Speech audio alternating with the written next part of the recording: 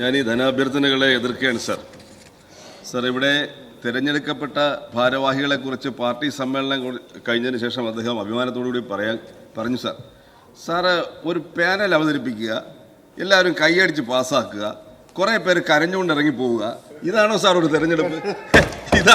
ഇതാണ് സാർ ഒരു തെരഞ്ഞെടുപ്പ് എന്ന് പറയുന്നത്? അങ്ങനെയുള്ള തെരഞ്ഞെടുപ്പുകളൊന്നും ഞങ്ങൾ വിശ്വസിക്കുന്നില്ല എന്ന് അങ്ങേ ഓർമ്മപ്പെടുത്താൻ ആഗ്രഹിക്കുകയാണ് സാർ. ഈ സപ്ലിമെന്ററി ഡിമാൻഡ് തന്നെ അപ്രസക്തമാവുകയാണ് സാർ. കഴിഞ്ഞ പദ്ധതിയിലാകെ തന്നെ പകുതിയിലേറെയും വെട്ടിക്കുറവ് നടത്തിയിട്ട് ഇപ്പോൾ വീണ്ടും വന്നിട്ട് വീണ്ടും സപ്ലിമെന്ററി ഡിമാൻഡിന് വേണ്ടി വരുന്നത് സാർ, ഇതൊരു വെറുമൊരു ചടങ്ങായിട്ട് ഇത് മാറുകയാണെന്ന് പറയാതിരിക്കാൻ നിവൃത്തിയില്ല സാർ. ഇവിടെ ഇന്ന് കേരളത്തിലെ തീരദേശ മേഖലയെയും മത്സ്യത്തൊഴിലാളികളെയും ആകെ തന്നെ ആശങ്കയിൽ ആഴ്ത്തിയിരിക്കുന്നതാണ് കടൽ മണൽ ഖനനം. ഈ കടൽ മണൽ ഖനനത്തിനെതിരായിട്ട് ആദ്യമായിട്ടാണ് പ്രതിപക്ഷ നേതാവാണ് ഈ നിയമസഭയിൽ ഈ വിഷയം ഉന്നയിക്കുന്നത് അത് ഫെബ്രുവരി 10-നാണ് സാർ. മുഖ്യമന്ത്രി ഒരു പ്രമേയം അവതരിപ്പിച്ചു, നമ്മളെല്ലാം പാസ്സാക്കി. പക്ഷെ അത് മാർച്ച് 4-നാണ് സാർ. വലിയ പ്രതിഷേധങ്ങളുണ്ടായി. എന്തുകൊണ്ട് സഭ ഈ കാര്യം ചർച്ച ചെയ്ത് പ്രമേയം പാസ്സാക്കുന്നില്ലെന്ന പ്രതിഷേധത്തിന് ശേഷമാണ് സാർ. ഇടതുപക്ഷ സംഘടനകളും UDF-ന്റെ സംഘടനകളും തീരദേശങ്ങളിൽ സമരത്തിലാണ്. പക്ഷെ എനിക്ക് ചോദിക്കാനുള്ള, സർക്കാരിൻ്റെ നിലപാടിൽ ആത്മാർത്ഥതയുണ്ടെങ്കിൽ ഒരു സർവകക്ഷി യോഗം വിളിക്കുകയും സർവകക്ഷി സംഘത്തെ ഡൽഹിയിലേക്ക് കൊണ്ടുപോവുകയും ചെയ്യണമെന്നാണ് എനിക്ക് ഈ അവസരത്തിൽ ആവശ്യപ്പെടാനുള്ളത് സാർ. മൈനിങ് സെക്രട്ടറിയുടെ നേതൃത്വത്തിലുള്ള സംഘം കേരളത്തിലേക്ക് വന്നു. ജനുവരി 10-ന് തിരുവനന്തപുരത്ത് അവലോകന യോഗം നടത്തി. 11-ന് കൊച്ചിയിൽ ബിഡ് യോഗം, റോഡ് ഷോ നടത്തി. ഇത് രണ്ടിലും പങ്കെടുക്കുകയും കൂടെ നടക്കുകയും ചെയ്ത വ്യവസായ പ്രിൻസിപ്പൽ സെക്രട്ടറി മുഹമ്മദ് അനീഷ്, അദ്ദേഹം ആ യോഗത്തിൽ ആവശ്യപ്പെട്ടത് കടൽ മണൽ ഖനനം നടത്തിയിട്ട് മുഴുവൻ പൈസയും കേന്ദ്രം കൊണ്ടുപോയപ്പോൾ ഞങ്ങൾക്ക് പ്രോഫിറ്റ് ഷെയർ വേണം എന്ന് അദ്ദേഹം ആവശ്യപ്പെട്ടിരിക്കുന്നു സാർ. ഇത് സർക്കാരിൻ്റെ നിലപാടാണോ? അങ്ങനെ അല്ലെങ്കിൽ അത് തെളിയിക്കാൻ ഉത്തരവാദിത്തപ്പെട്ട സർക്കാരിൻ്റെ ഭാഗം തെളിയിക്കാൻ മുന്നോട്ട് വരണമെന്നാണ് എനിക്ക് പറയാനുള്ളത് സാർ. ഇവിടെ എനിക്ക് പറയാം, പൊഴിയൂരിലെ മത്സ്യബന്ധന തുറമുഖം, അവിടെ അത് കേന്ദ്രത്തിൻ്റെ അനുമതി ആയിട്ടില്ല. പക്ഷേ ഗവൺമെൻറ് ഒരു 5 കോടി രൂപ കഴിഞ്ഞ ബഡ്ജറ്റിൽ അവതരിപ്പിച്ചിരുന്നു. അതിന് 65 മീറ്റർ പുലിമുട്ട് നിർമ്മിക്കുകയാണ് സാർ. അവിടെ പുലിമുട്ട് നിർമ്മിച്ച് തീരം സംരക്ഷിക്കുകയും അവിടുത്തെ തീരദേശവാസികളെ സംരക്ഷിക്കുകയും ചെയ്യണമെന്നുള്ളത് 100% നമുക്ക് യോജിപ്പാണ്. പക്ഷേ ആ പുലിമുട്ടും തുറമുഖവും നിർമ്മിച്ചു കഴിയുമ്പോൾ തൊട്ടിപ്പുറത്ത് പൂവാർ മുതൽ പുല്ലുവിള അടിമലത്തുറ വരെയുള്ള ഭാഗത്തെ സോയിൽ എറോഷൻ, തീരം നഷ്ടപ്പെട്ടു പോവുകയും മത്സ്യത്തൊഴിലാളികളുടെ ഇടങ്ങൾ നഷ്ടപ്പെടുകയും ചെയ്തു പോകുന്ന സാഹചര്യം ഉണ്ടാകരുത്. അതിന് പഠനങ്ങൾ നടത്തി ഇപ്പുറത്തുള്ള തീരം സംരക്ഷിക്കുന്ന തരത്തിൽ മാത്രമേ ഈ പദ്ധതി മുന്നോട്ട് കൊണ്ടുപോകാവൂ. ഇത് വലിയ ആശങ്ക പൂവാറിലും കരിങ്കുളത്തും പുതിയതുറയിലും പുല്ലുവിളയിലും എല്ലാം മത്സ്യത്തൊഴിലാളികളുടെ ഇടയിൽ ഉണ്ടാക്കിയിരിക്കുകയാണ്. അവിടുത്തെ തീരം പൂർണ്ണമായും നഷ്ടപ്പെട്ടു.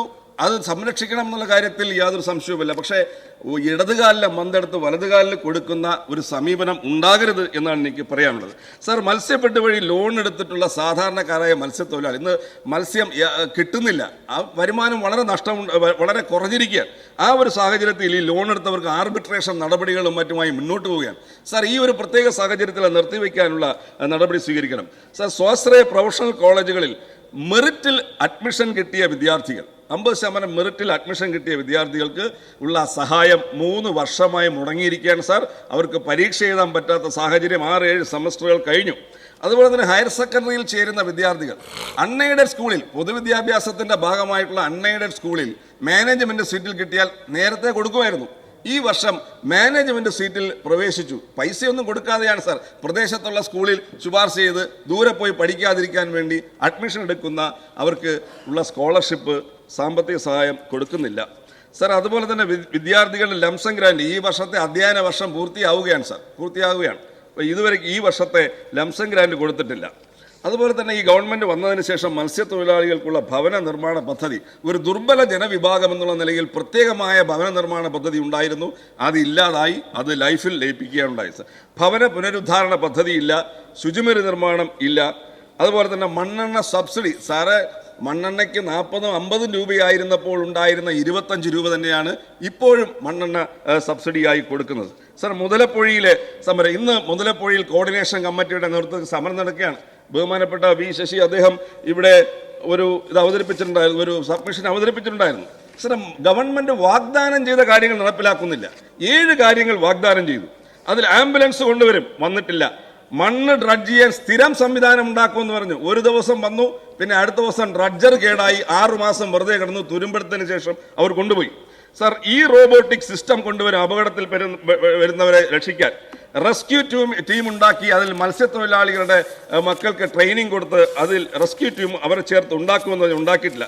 തീരദേശ റോഡ് സർ, 300 മീറ്റർ തീരദേശ റോഡിൽ ആകെ 100 മീറ്റർ തീരദേശ റോഡ് ഉണ്ടാക്കി എന്നുള്ളത് മാത്രമാണ്. സർ, 5 ബോട്ടുകൾ സ്ഥിരമായി അവിടെ ഉണ്ടാകും എന്ന് പറഞ്ഞിരുന്നു, അതും നടന്നിട്ടില്ല സർ. സർ, 10 ഹൈമാസ് ലൈറ്റുകൾ വേണമെന്ന് ആവശ്യപ്പെട്ടിരുന്നു, അതിൽ ആകെ 3 ലൈറ്റുകൾ മാത്രമാണ് സർ.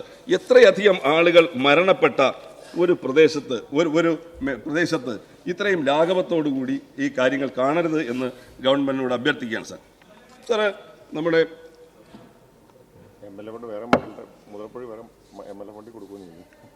സാർ KSRTC സാർ KSRTCയിൽ 44,000 തൊഴിലാളികൾ കൃത്യമായി എല്ലാ മാസവും അവസാനത്തെ വർക്കിംഗ് ഡേയിൽ ശമ്പളവും ആനുകൂല്യങ്ങളും കൊടുത്തുകൊണ്ടിരുന്നു.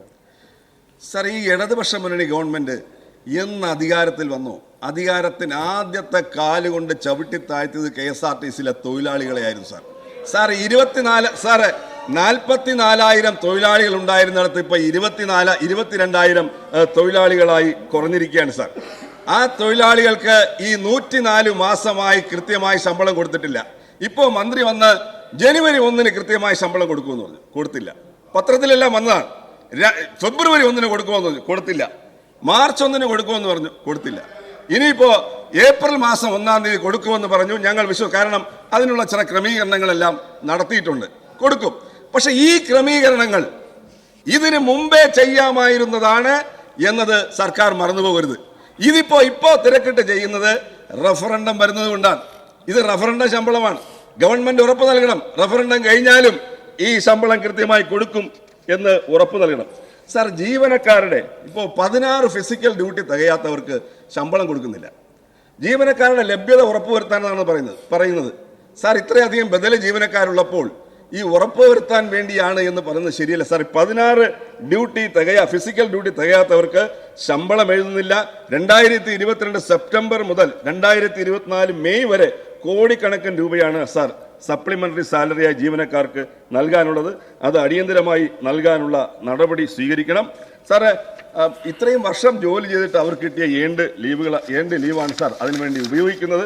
അതുകൊണ്ട് അടിയന്തരമായി നൽകണം സാർ. PF സാർ, മാരകമായ രോഗം വന്നു പോയാലും സ്വന്തം അക്കൗണ്ടിൽ ലക്ഷക്കണക്കിന് രൂപയുണ്ടെങ്കിലും PF-ൽ പോയാൽ 25,000-30,000 രൂപ കൊടുക്കുന്ന ഒരവസ്ഥയാണ് ഉണ്ടായിരിക്കുന്നത്. അതുപോലെ തന്നെ തൊഴിലാളികൾ ലോൺ എടുത്ത് കല്യാണം നടത്താനും വീട് വയ്ക്കാനും ലോൺ എടുത്തിട്ട് അത് ശമ്പളത്തിൽ നിന്ന് തിരിച്ചു പിടിക്കുകയാണ്. NBR അത് ബാങ്കുകളിൽ അടയ്ക്കുന്നില്ല. എന്താണ് സ്ഥിതിവിശേഷം? ബാങ്കുകളിൽ അടയ്ക്കാത്തത് കൊണ്ട് അവർക്ക് ജപ്തിയായിക്കൊണ്ടിരിക്കുകയാണ് സാർ. NPS ഇനത്തിൽ ജീവനക്കാരിൽ നിന്ന് പിടിച്ച പണം അടയ്ക്കുന്നില്ല. ഇതുമൂലം വളരെ വലിയ നഷ്ടമാണ് ഉണ്ടാകുന്നത്. ഇങ്ങനെ തൊഴിലാളികളെ ദ്രോഹിക്കുന്ന ഒരു നടപടികളുമായിട്ട് സർക്കാർ മുന്നോട്ട് പോയി. കഴിഞ്ഞ ദിവസവും ബഹുമാനപ്പെട്ട ധനകാര്യമന്ത്രി പറഞ്ഞു, കൊട്ടാരക്കരയിൽ സമരത്തിന്റെ ഭാഗമായി യൂണിയൻകാർ എന്തെല്ലാമോ ചെയ്തു എന്ന് അദ്ദേഹം പറയും. സാറ്, 10 ബസ്സുകളുടെ വയറിംഗ് കിറ്റ് കേടായി. ആ 10 ബസ്സുകൾ എന്നാണ് ഇവിടെ മന്ത്രി പറഞ്ഞത്. സാർ, അതിൽ 9 ബസ്സും യഥാസമയം സർവീസ് നടത്തി. വയറിംഗ് കിറ്റ് കേടാക്കിയെന്ന് ഒരു ബസ് മാത്രമാണ് അല്പം ലേറ്റായി സർവീസ് നടത്തിയത്. സാർ, അവിടെ ഇന്നിപ്പോ CITU-കാരെ ഈ കേസിൽ ചോദ്യം ചെയ്തുകൊണ്ടിരിക്കുകയാണ്. സാറേ, പുനലൂർ ഡിപ്പോയിലുള്ള CITU നേതാവ് എന്തിനാണ് സാർ അർദ്ധരാത്രി അവിടെ വന്നത്? സാർ, ഷണ്ടിങ് ഡ്യൂട്ടി രാവിലെ 8 മണിക്ക് അവസാനിക്കുന്ന ഷണ്ടിങ് ഡ്യൂട്ടി ആ ഡ്രൈവറെ മാറ്റി വേറൊരു അജയൻ എന്ന് പറഞ്ഞൊരു CITU നേതാവ് രാത്രി 12 മണിക്ക് ഷണ്ടിങ് ബസ്സിൽ കയറിയത് എന്തിനാണ് സാർ? സാർ, ആ CNG നിറയ്ക്കാൻ പുനലൂർ ഡിപ്പോയിലുള്ള CITU നേതാവ് പോയതിന്റെ വീഡിയോ ഉണ്ട്. മന്ത്രിയുടെ വീഡിയോ ഉണ്ട് എന്ന് പറഞ്ഞു INTUC-കാർ ഇത് നശിപ്പിച്ചത്. ഞാൻ വെല്ലുവിളിക്കുകയാണ്. ഞാൻ നേരിട്ട് കൊട്ടാരക്കര പോലീസ് സ്റ്റേഷനിൽ പോയി, കൊട്ടാരക്കര ഡിപ്പോയിൽ പോയി. അവരെല്ലാം പറയുന്നത് ഇവർ ചെയ്യുന്നത് ആരും കണ്ടിട്ടില്ല എന്നാണ്. അവിടെ സംശയാസ്പദമായ രീതിയിൽ CITU നേതാക്കൾ അർദ്ധരാത്രി ആ ഡിപ്പോയിൽ പോലും ഇല്ലാത്ത CITU നേതാക്കൾ എന്തിന് അവിടെ ഉണ്ടായിരുന്നു എന്ന് മന്ത്രി വ്യക്തമാക്കണം. ഇവിടെ മന്ത്രിയുടെ സ്വന്തം സ്ഥലത്ത് ഈ സംഭവം നടന്നിട്ട് 6 മണിക്കാണ് KSRTC ഇത് അറിയുന്നത്. 5 മണിക്ക് തന്നെ CITU നേതാവ് കൊല്ലത്തെ ഒരു ചാനലിലേക്ക് വിളിച്ചറിയിക്കുകയാണ്. 85 47 85 22 13 എന്ന നമ്പറിൽ നിന്ന് വിളിച്ചറിയിക്കുകയാണ്. ഇതെങ്ങനെയാണ് CITU നേതാക്കൾ നേരത്തെ അറിയുന്നത്? സാർ, അതുകൊണ്ട് ഇതിനെക്കുറിച്ച് കൃത്യമായ അന്വേഷണം നടത്തും. മന്ത്രിയും CITUവിനെ സംബന്ധിച്ച് ഞങ്ങൾ വ്യക്തമായി പറയാൻ ആഗ്രഹിക്കുകയാണ്. നിങ്ങൾക്കുള്ള പങ്ക് ഞങ്ങൾക്ക് വ്യക്തമായി അറിയാം. ഇതിനെക്കുറിച്ച് ഞങ്ങൾ നേരിട്ട് അന്വേഷണം നടത്തും. അത് കോടതി വഴി എല്ലാ നടപടികളും ഞങ്ങൾ സ്വീകരിക്കും എന്ന് ഈ അവസരത്തിൽ പറയാൻ ആഗ്രഹിക്കുകയാണ് സർ. അങ്ങയുടെ സമയം കഴിഞ്ഞു. ഞാൻ ഒരു വാക്കുണ്ട് അവസാനം. CPM-ന്റെ സമ്മേളനം ഒറ്റ കാര്യമുള്ളൂ. CPM പറയുന്നു കോൺഗ്രസിന് ഒരു സമ്മേളനം നടത്തിയാൽ ക്രമസമാധാനം തകർന്നു പോകുമെന്ന് ഇവിടെ ബഹുമാനായ പൊതുമരാമത്ത് വകുപ്പ് മന്ത്രി പറയും. സാറേ കൺക്ലൂഡ് ചെയ്യണം, സമയം കഴിഞ്ഞു. സാർ ഒരു സമ്മേളനം കോട്ടയത്ത് ഒരു സമ്മേളനം നടന്നു. അവിടെ ഇന്നത്തെ മുഖ്യമന്ത്രി ആയിരിക്കുന്ന സെക്രട്ടറി നടത്തിയ ഒരു അച്ചടക്കം പാലിച്ചുകൊണ്ടാണ് ഇരിക്കേണ്ടത്. അച്ചടക്കം പാലിച്ചിരിക്കാൻ കഴിയണം. കമ്മ്യൂണിസ്റ്റുകാരന്റെ ആവേശമായിരിക്കണം. കള്ളുകുടിയന്റെ ആവേശമായിട്ട് മാറരുത്. അകത്തുള്ള കള്ളിന്റെ ആവേശമല്ല പുറത്തെടുക്കേണ്ടത്. സാധാരണഗതിയിൽ കമ്മ്യൂണിസ്റ്റുകാരന്റെ ആവേശമാണ് വേണ്ടത്. എന്താ നിങ്ങൾ ഇവിടെ കാണിച്ചത്? ഇങ്ങനെയാണോ സമ്മേളനം നടത്തേണ്ടത്? 19 ആളുകൾ